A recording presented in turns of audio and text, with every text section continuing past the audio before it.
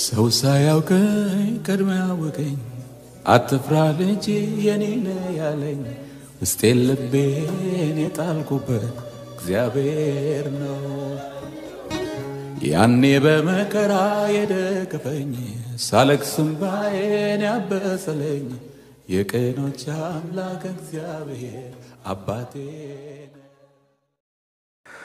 ከአባታችን ከእግዚአብሔር ከጌታችንም ከኢየሱስ ክርስቶስ ሰላምና ጸጋ ለእናንተ ይሁን ቅዱሳን በአገር ውስጥና በአገር ውጭ ሆናችሁ በርቀትም በቅርብ ሆናችሁ እኛን ትምህርት የምታዳምጡ የምትከፋፈሉ ወንድሞችና እህቶች ድጋሚ በክርስቶስ ጸጋና ሰላም ይብዛላችሁ ጌታ ኢየሱስ የተባረከ ይሁን እኔ ወንድማችሁ ደሱ ነኝ ዛሬም እንግዲህ ደስ በሚል መልኩ እንደተለመደው በእግዚአብሔር ጸጋ በመንፈስ ቅዱስ ምሪት እርዳታ ቀጣይ ፓርቱን ትምህርት ይዤላችሁ መጥቻለሁ እንደምታውቁት አዳዲስ ወንድሞችና እህቶች እነኚህ ትምህርቶች እንግዲህ ለብዙ ሰዎች እንዲዳረሱ ሰብስክራይብ ላይክ እና ኮሜንት ሼር ማድረጋችሁን አትርሱ ምናልባት በእያንዳንዱ ትምህርታችን ውስጥ ያልገባችሁ ነገር ካለ ጥያቄ እንዲብራራላችሁ የምትፈልጉትም ነገር ካለ ለኔ ማስቀመጥ ይቻላል ማለት ነው ጌታ ኢየሱስ በረዳኝ መጠን መልስላችኋለሁ ጌታ ኢየሱስ ይባረክ እንግዲህ ወንድሞች እያየን ያለነው የሰይጣን መስኮቶች በሚል እጅግ በጣም ተወዳጅ አስገራሚ እጅግ ሰዎችን የሚያነቃ በዚህ በመጨረሻው ዘመን ወጣቱና እህት ወንድሞቻችን እንዲሁም ደግሞ ቤተክርስቲያን አብያታን የሚቀሰቀስ የሚያነቃ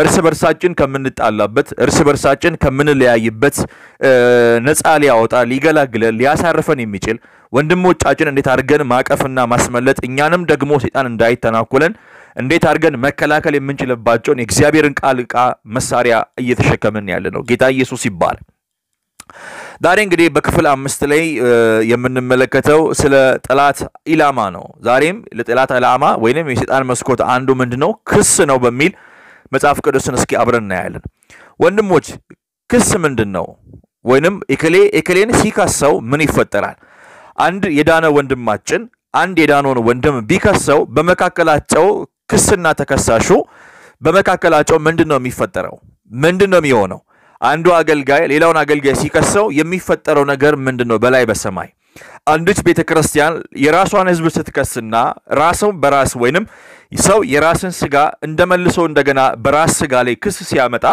በላይ በእግዚአብሔር መንግስት የሚከናወኑ በርካታ ነገሮች አሉ የእግዚአብሔርን መንግስት አንዱ ከሚጥል አንዱ ደግሞ የእግዚአብሔርን ቤት ከሚያጠፋና ከሚያጎድል እንደሆነ መጽሐፍ ቅዱስ ጌታ ኢየሱስ ሊያስተምረን ዛሬም በጎ ፍቃድ ነው በጌታ በኢየሱስ ስም ልቦቻችሁ አይኖቻችሁ ከሰውና ከሁኔታ ላይ ተለይቶ በቃሉ ላይ በእግዚአብሔር መንፈስ ላይ በክርስቶስ ኢየሱስ በመስቀሉ ሥራ ብቻ እንዲሆን የልቤ ምኞትና የልቤን ጸሎት በጌታ በኢየሱስ ስም አደረስኩኝ አባቶይ መጽሐፍትን ያስተውሉ ዘንድ አእምሮአቸውን ከፈተላቸው እንደሚል ቃል የቃል ስልጣን በቃል ስልጣን ጸልያለሁ በትንሳኤው ጉልበት በጌታ በኢየሱስ ስምና ስልጣን ቃልን እንድንረዳ እንድናስተውል ወንድሞቼ እንዲረዱ ሐሳቤን ፍቃድህን ያንተን ብቻ አእምሮ እንዲያውቁ በጌታ በኢየሱስም ተረዳቸው ዘንድ ይሄን ትምህርት የሚያዳምጡ ወንድሞችና እናቶች ላይ መንፈስ በሙላት እንዲለቀቅ አዝዣለሁ በጌታ በኢየሱስ ስም አሜን ጌታ ኢየሱስ ይባረክ እንግዲህ ስለ ክስ ስናወራ በተለይ መጽሐፍ ቅዱሳችን በርካታ ጥቅሶችን ከመጽሐፍ ቅዱስ እንደሚነግረን እንደሚያስተምረን የታወቀ ነው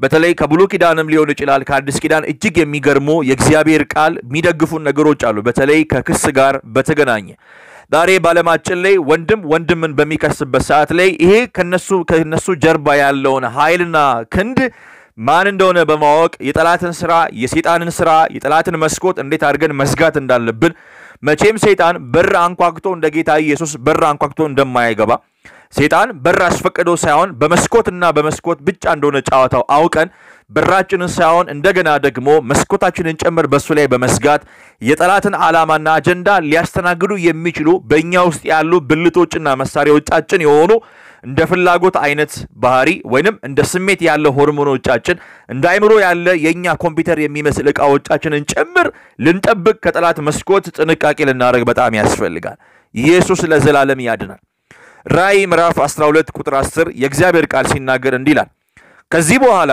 ታላቅ ድምጽ በላይ በሰማይ እንዲህ ሲል ሰማሁ አሁን ያምላካችን መዳን ኃይልና መንግስት የእርሱ ክርስቶስ ስልጣንም መጥቷል ሃሌሉያ ቀንና ሌሊት በአምላካችን ፊት ሲከሳቸው የነበረው ይላል ቀንና ሌሊት በአምላካችን ፊት ሲከሳቸው የነበረው የወንድሞቻችን ከሳሽ ተጥሏልና ይላል ራእይ ምዕራፍ 12 ቁጥር 10 ልቀጥልላችሁ ሌላም ጥቅስ ሁለተኛ ቆሮንቶስ ምዕራፍ 2 ቁጥር 10 እስከ 11 እናንተ ይቅር የምትሉትን ሰው እኔም ይቅር እለዋለሁ ይህንንም የምናደርገው ሰይጣን መግቢያ ቀዳዳ እንዳያገኝ ነው የእርሱ ዕቅድ አንስተውምና ይላል ኢየሱስ ለዘላለም የተባረከና የተቀደሰ ይሁን ውድ ወንድሞችና እህቶቼ አማኝ ወይንም የዳነ አንድ ደቀ መዝሙር ወይንም እኔና እናንተ አንቺ አንተ እኔ ወይንም ሁላችንም በክርስቶስ ያለ ሰዎች ያገኘነውን የድል ይዞታ ወይንም አልተጠቀምንበትም እንበል እንደ ኤግዛምፕል ነው እንደ ምሳሌ እግዚአብሔር ለኛ የሰጠን ስልጣን ለኛ የሰጠንን ቦታ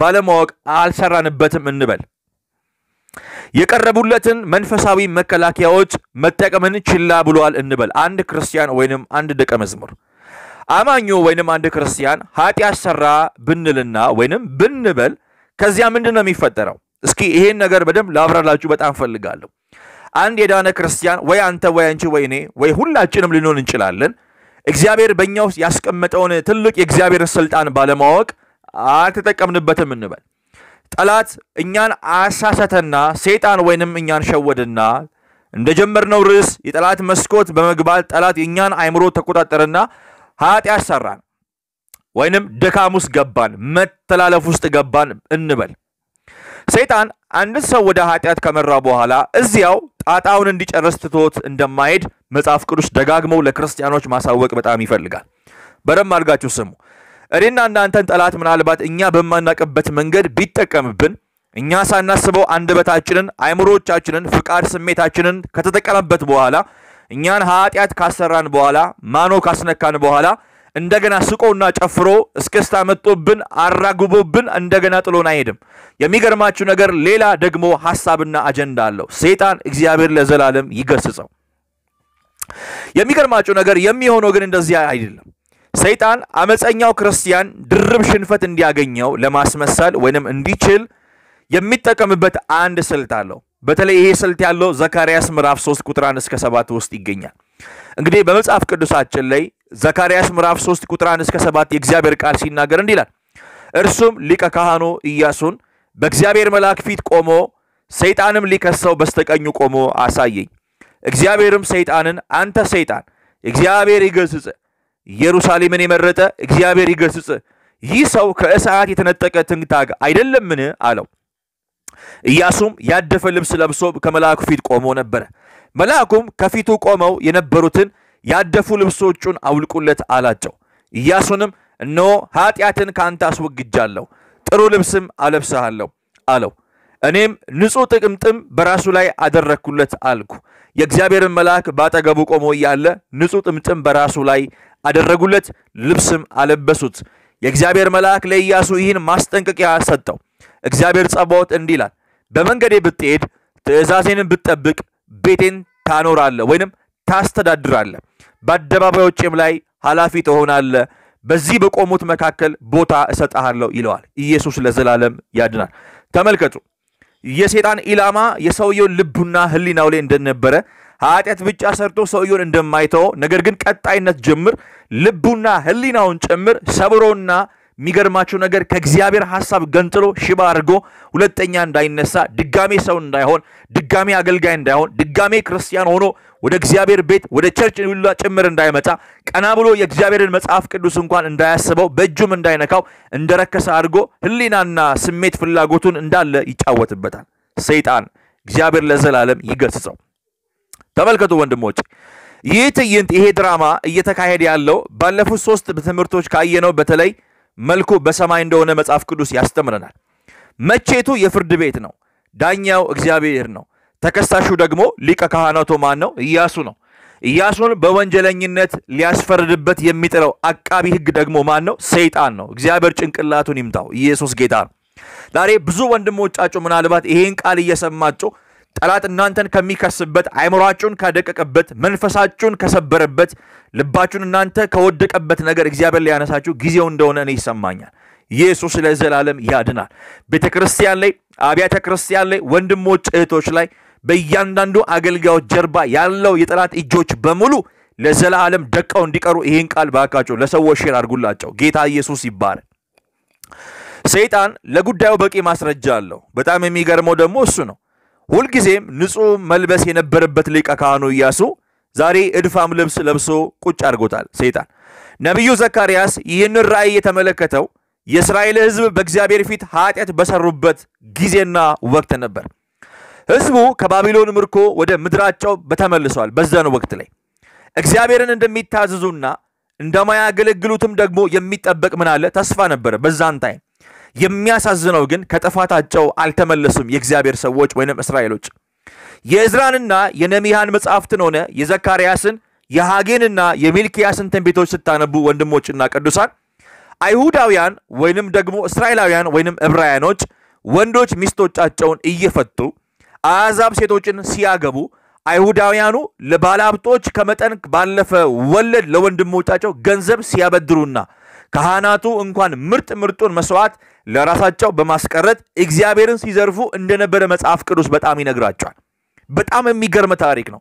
እነኝን አሁን የነገርኳችሁን የትንቢት መጽሐፍቶች በሙሉ ጊዜ ወስዳችሁ ልታነቡ በጣም ያስፈልጋል።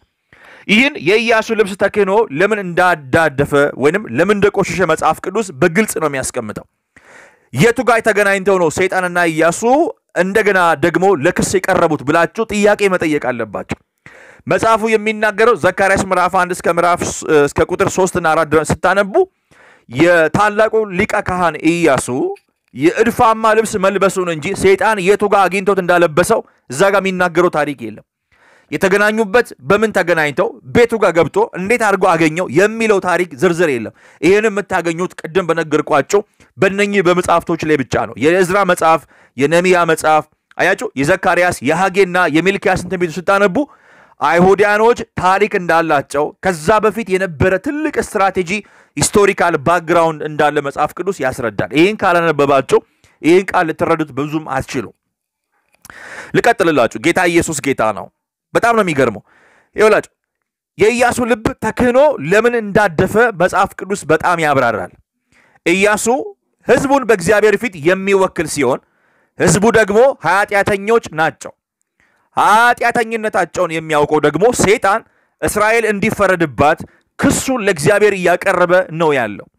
የሰይጣን ሙግት ምን ሊመስል እንደሚችል እስኪ መገመት ትችላላችሁ። በዚህ ታይም ላይ አገልጋዮቼ የምትሏቸው እስራኤላውያን የማይታዘዙና አመፀኞች መሆናቸው ልብ በል ብሎ ሰይጣን ለእግዚአብሔር ሄዶ ሪፖርት ያደርጋል።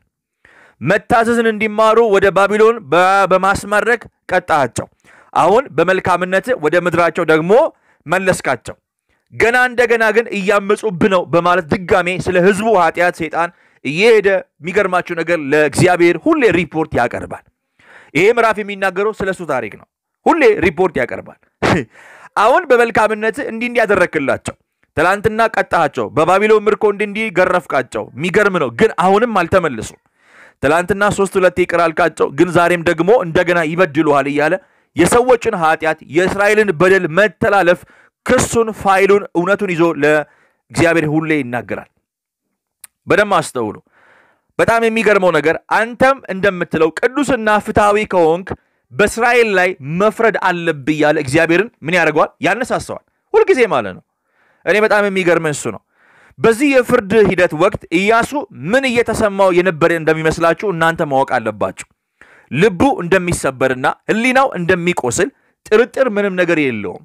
ሰይጣን እናንተን ማኖ ካስነካ በኋላ እናንተን ወደ ኃጢአት ከገፋፈ በኋላ አንደበታችሁ እንዲሳደብ አይምሯችሁ ክፉ ነገር እንዲያስብ ጭምር በመቆጣጠር ኃጢአት እናንተን ካሰራችሁ በኋላ አይተዋችሁም። ቀጥሎ ምንድነው የሚያደርገው? በእግዚአብሔርና በእናንተ መካከል ጣልቃ እየገባ የእናንተና አይምሮ ምን ያደርገዋል? ይመታዋል። ደጋግሞ በመታው ጊዜ ህሊናችሁ ይሰበራል። አያችሁ፣ ልባችሁ ምን ያደርጋል? ይወድቃል። መንፈሳችሁ ይቀጠቀጣል ማለት ነው። የሱ ዓላማ ይሄ ነው።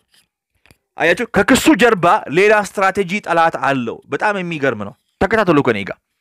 እኔና እናንተ እግዚአብሔርን ስንበድል ሰይጣን የዝረራ ቡጢውን ለመንዘር በጣም ይንቀሳቀሳል።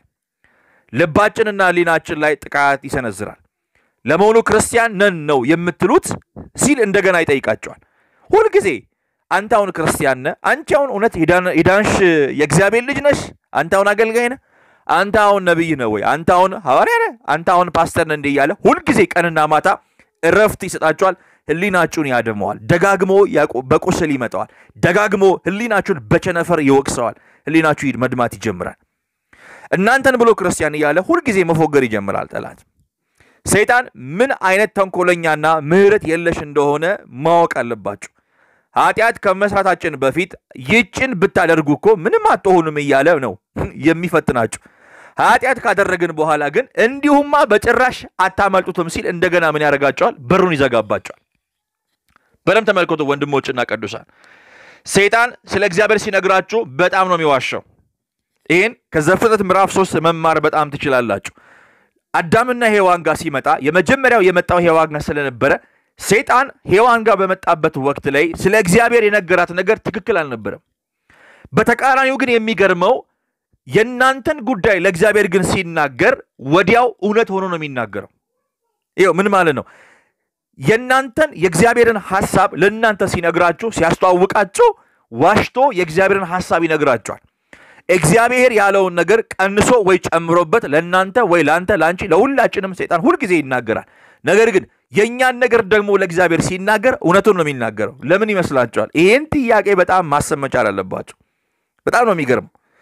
ሰይጣን ዛሬም ቢሆን ቤተክርስቲያን ላይ አያችሁ አገልጋዮችን፣ ነቢያቶችን፣ ሐዋርያቶችን፣ ፓስተሮችን ትልልቅ የምትሉ የእግዚአብሔርን ሰዎችን ጭምር የእግዚአብሔርን ሐሳብ ሲነግራቸው ዋሽቶ ነው። የነሱን ግን ክስ የነሱን ግን የሚገርማችሁ ነገር ግን ጥፋትና ወንጀል ግን 5 ሳንቲ አይደብቅላችሁም።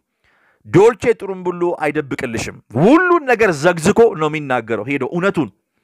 የሰይጣን ተለዋዋጭነት እዚህ ጋር ነው ያለው። የእግዚአብሔርን ነገር ሸውዶ ይነግራቸዋል። የናንተን ግን ውርቀትና ኪሳራ ግን ለእግዚአብሔር እውነቱን ነው የሚናገረው። ከዚህ በላይ ምን ጠላትነት አለ ባካችሁ? ወይኔ ጌታ ኢየሱስ ያድናል። ተመልከቱ፣ ሰይጣን ስለ እግዚአብሔር ሲነግራችሁ በጣም ነው የሚዋሸው። ስለናንተ ለእግዚአብሔር ግን ሲናገር አንዳንዴ እውነቱን ይናገራል። እርሱ የወንድሞች ምንድነው? ከሳሽ ነው ይለዋል መጽሐፍ ቅዱስ። ሰይጣን ወደ ሰማይ የእግዚአብሔርን ዙፋን ወዳለበት ስፍራ ይቀርባል። ቀርቦም ቅዱሳኑ ስላሉበት ወቅታዊ ሁኔታና እግዚአብሔርን ያስታውሳቸዋል። ሁሌ እኔና እናንተ በልባችንና በህሊናችን የምንሰማው በመሆኑ ይህን የሰይጣን ክስ እናውቀዋለን። አያችሁ አብርሃም ያደረገውን ነገር ተመልከት እያለ ሚስቱን ዋሸ እያለ እግዚአብሔር ሁሌ ሰይጣን ለእግዚአብሔር ይነግረዋል። አብርሃም ያደረገውን ነገር በሚስቱ ላይ የተገበረውን ተግባር ሁሉ ጊዜ ለእግዚአብሔር ሪፖርት ያደርግ ነበር። ዳዊት ያደረገውን አየህ፣ ከጎረቤቱ ሚስት ጋር አመነዘረ፣ ከዚያ በኋላ ደግሞ አስገደለ፣ ፍረድበት፣ ይሄንማ ልትለቀው አይገባም እያለ ሁሉ ጊዜ በእግዚአብሔር ፊት ክስ ነው የሚያቀርበው። በጣም ነው የሚገርመው።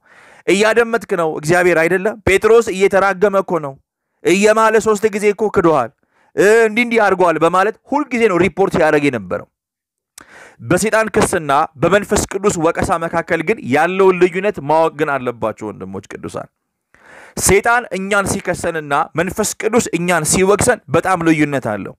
ይሄን ልዩነት ያላወቀ ሰው ሁሉ ጊዜ ህሊናውና ልቡ እየደማ ነው የሚኖረው። ሁሌ እያለቀሰ ነው የሚኖረው። ሁሌ በጸጸት ነው የሚኖረው። አንድም ቀን የመልካም እንቅልፍ እንኳን ሊተኛ አይችልም። ለዛ ነው ይሄን ትምህርት በማስተምርበት ሰዓት ላይ የናንተ አይምሮ ልባችሁ ከጠላት መስኮት ሰይጣን መስኮቱን ከፍቶ ከሚልክባችሁ ፍላጻና ቀንበር እግዚአብሔር በኢየሱስም ይሰብርላችኋል ማለት ነው። ድጋሜ ላትከሰሱ፣ ድጋሜ የናንተ ክስ ውርቅ ሊሆን ሁሉ ጊዜ ጠላት ምን ያደርጋል? ይሄን ባዘጋጀ ቁጥር እግዚአብሔር ሌላ ደግሞ ያዘጋጃል። አንዳንድ ሰዎች እንዲህ የሚሉ ሰዎች አሉ፣ የወንድሞች ከሳሽ ተጥሏል። አዎ ቃሉ እንደዛ ነው የሚለው፣ ተጥሏል። ዛሬም ተጥሏል፣ ነገም ተነጎዲያም ቃሉ እንደሚለው ነው የምንናገረው።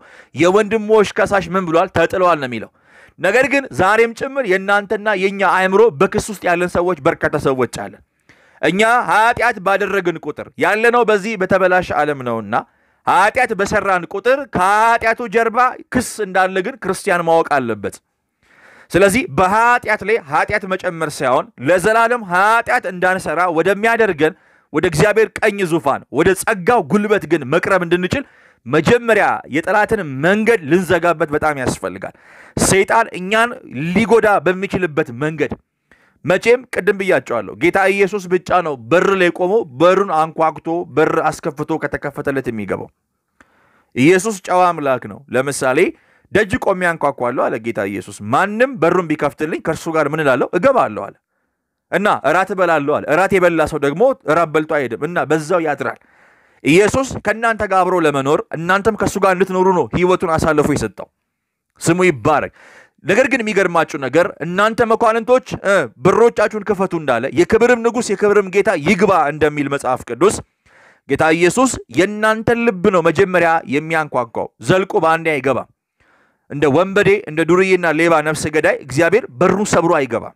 ለዛ ነው ዛሬ በፍቃዳችን ወይ ጌታ እንቀበላለን ወይ ደግሞ እንዳንቀበል እግዚአብሔር ምርጫ ሰጥቶናል። መጽሐፍ እንዲህ ይላል፣ ሕይወትና ሞትን በፊት አስቀምጫለሁ፣ አንተ ግን ይላል መጽሐፍ ቅዱስ፣ አንተ ግን ሕይወትን ምረጥ፣ ሰላም ይሆንልሃል ይለዋል። ኢየሱስ ጌታ ነው። ስለዚህ እግዚአብሔር ምንጊዜም የፍቃድ አምላክ ነው። ሰይጣን ግን ፍቃዳችሁን በፍጹም አያስፈቅድም። ልባችሁን አያስፈቅድም። ስሜታችሁን አያስፈቅድም። አእምሮአችሁን አያስፈቅድም። እግዚአብሔር ሁለንተናችሁን መጀመሪያ ጠይቆ ነው የሚጀምረው። ከእናንተ ጋር አብሮ መኖር ይፈልጋል ሰይጣን። ስለዚህ ጥንቃቄ አድርገን ልናፈርሰው፣ ልንመታው፣ ሽባ ልናደርገው የእግዚአብሔርን ቃል ልናውቅ በጣም ያስፈልጋል። ስለዚህ በር ቆሜ ምን አደርጋለሁ አለ? ደጅ ቆሜ አንኳኳለሁ፣ ማንም በሩን ቢከፍትልኝ እገባለሁ አለ። ሰይጣን ግን በፍጹም በበር ሳይሆን በመስኮት ነው የሚመጣው። ጌታ እንደዚህ አለ፣ በበጎች በር የማይገባና የማይወጣ እሱ ወንበዴና ምንድነው ነፍሰ ገዳይ ነው አለ። በበጎች በር ውስጥ ቀጥታ የማይመጣ ወንበዴ ነው አለ።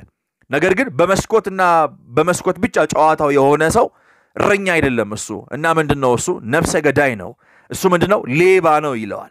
ለምን ይመስላችኋል? ሰይጣን በቀጥታ መጥቶ እኔ ሰይጣን ነኝ፣ ከኔ ጋር እንድትኖር ፈልጋለሁ፣ ባንተ ልጠቀም ፈልጋለሁ አይላችሁም።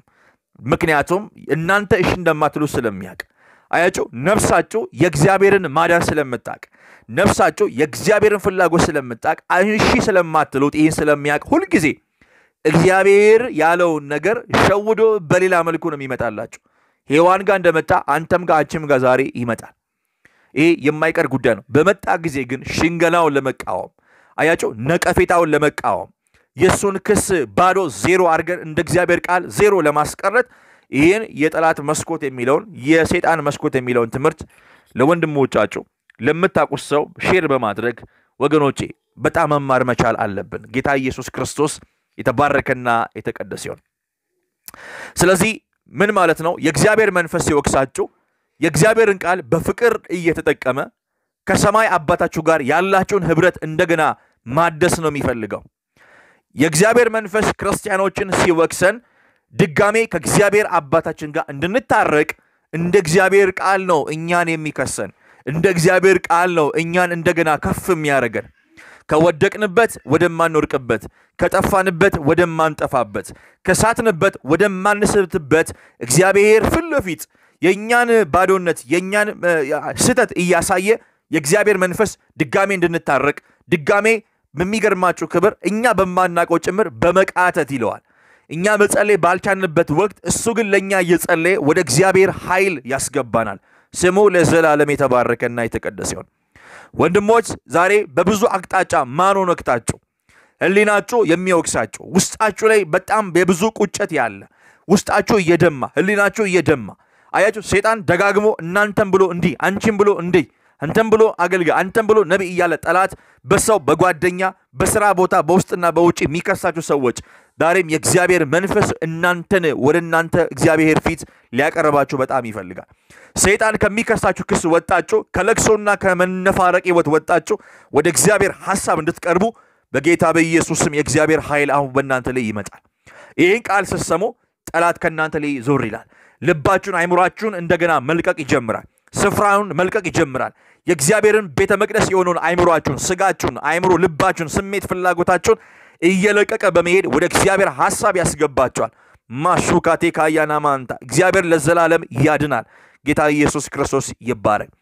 ሰይጣን ሲከሳችሁ ግን ፈጽሞ እንዳትጸልዩ፣ ፈጽሞ ንስሐ ጭምር እንዳትገቡ፣ በደለኛ ሆናችሁ እግዚአብሔር ፈጽሞ እንደበደላችሁትና እንዳሳዘናችሁት ብቻ በመናገር ወደ ቸርች እንዳትሄዱ፣ ወደ እግዚአብሔር ሰዎች እንዳትቀርቡ፣ የእግዚአብሔርን ቃል ጭምር እንዳታነቡ፣ መጽሐፍትን ቅዱስን ጭምር ማለት ነው በእጃችሁ እንዳነቁ ሁልጊዜ እናንተን ማጠቅሙና ማትረቡ ሰዎች እያለ በመናገሩ እናንተን ያሸሻቸዋል።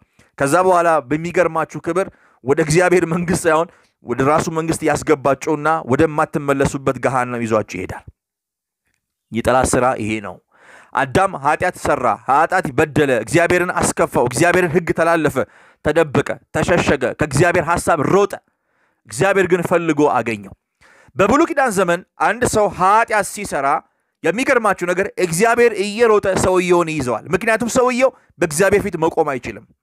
እግዚአብሔርን ፊት ማየት አይችልም። የእግዚአብሔርን ድምፅ መስማት አይችልም። ድምፁንም ከሰማ ይንቀጠቀጣል፣ ይፈራል፣ ይደበቃል፣ ይሰወራል። እግዚአብሔር በብሉይ ኪዳን ዘመን ሰዎችን እየሮጠ ነበር ምን የሚያደርገው እየያዘ የሚመልሰው። በአዲስ ኪዳን ግን ጌታ ኢየሱስ መስቀል ላይ በመሰቀሉ ምክንያት የሱን ፍላጎት ለማግኘት ዛሬ ሁላችንም መሮጥ መቻል አለብን። ብሉይ ኪዳን ዘመን እግዚአብሔር ነው የሮጠው። በአዲስ ኪዳን ግን እግዚአብሔር አይሮጥም። አንተና አንቺ እኔ ነኝ መሮጥ ያለብን። ወደ እግዚአብሔር መንግስት መሮጥ ያለብን እኛ ነን። መጽሐፍ ሲናገር ግፈኞች የእግዚአብሔርን መንግስት ምን ያደርጋሉ? ይናጠቃሉ ይላል። አየ ግፈኞች የእግዚአብሔር መንግስት የማይገባቸው አመፀኞች፣ ኃጢአተኞች፣ ወንጀለኞች፣ በሰው የተገፉ በሰው የተናቁ ሰዎች የእግዚአብሔርን መንግስት ምን ያደርጋሉ? ይናጠቃሉ። ይናጠቃሉ ማለት በሌላ አነጋገር ይወስዳሉ። የእግዚአብሔርን መንግስት ይገባሉ እንደማለት ነው። ኢየሱስ ለዘላለም ይባረክ። ስለዚህ በዚህ በአዲሱ ኪዳን ዘመን እኔና እናንተ ጻድቅ ወደ እግዚአብሔር መንግስት ወይንም ጻድቅ ወደ ከበረው ስፍራ ሄዶ ከፍ ከፍ እንደሚል ሁላችንም ወደ እግዚአብሔር መንግስት መሮጥ መቻል አለብን። ይህን ወንጌል የምትሰሙ ሰዎች ወንድሞቼ የጠላትን ክስ በማፍረስ የወንድሞች ከሳሽ ተጥሏል የሚለውን ክስ ሁልጊዜ ማንበብ ብቻ ሳይሆን በሕይወታችን፣ በስራችን፣ በእጮኝነት፣ በትዳር፣ በጋብቻ፣ በአገልግሎት፣ በንግድ ቦታ፣ በስራ ቦታ፣ በመውጣት በመግባት፣ በፀጉር ስታይል፣ በአለባበስ፣ በአመጋገባችን፣ በገንዘብ አያያዝ፣ በአጠቃቀማችን ጭምር ክሱ እንዳይመጣብንና ከእግዚአብሔር መንግስት እንዳንጎድል የጠላትን መዝጊያ በሩን እየዘጋን መስኮቱን እየደፈንን ቀዳዳውን እየሸነቆርን ሳይሆን እየደፈንን የእግዚአብሔርን ቃል ማሸነፍ እንድንችል በኢየሱስም እግዚአብሔር ጸጋውን ያብዛልን። ኢየሱስ ለዘላለም ያድናል። አዳዲስ የሆናችሁ ወንድሞችና እህቶች በስልክ አድራሻ 0916 42 1936 ደስ ይበላችሁ እኔን አናግሩኝ። አብረን እንጸልያለን። እግዚአብሔር መልካም ያደርጋል። እንደተለመደው ለሰዎች ሼር አድርጉ፣ ላይክ አድርጉ፣ ሰብስክራይብ ማድረጋችሁን አትርሱ። የእግዚአብሔር ክብር፣ የእግዚአብሔር ኃይል፣ የእግዚአብሔር ችሎታ፣ የመንፈስ ቅዱስ እርዳታ በክስ ውስጥ ያላችሁ፣ በለቅሶ ውስጥ ያላችሁ፣ በመድማት ውስጥ ያላችሁ፣ ከእግዚአብሔር መንግስት ርቃችሁ ያላችሁ፣ መጸለይ ያቃታችሁ፣ መንበርከክ ያቃታችሁ በኢየሱስ ስም የእግዚአብሔር ክንድ ከእናንተ ጋር ይገለጣል። አትፍሩ። እግዚአብሔር ዛሬም ለእናንተ መልካም ሐሳብ አለው። ኑ ወደ እግዚአብሔር ፊት እንዳትፈሩ። እስከነሙሉ ድካማችሁ፣ እስከነሙሉ ኃጢአታችሁ ወደ እግዚአብሔር ቤት ነው። ኑ ንስሐ እንግባ። እግዚአብሔር መልካም ያደርጋል። ወዳችኋለሁ። በጌታ በኢየሱስ ስም ሻሎም።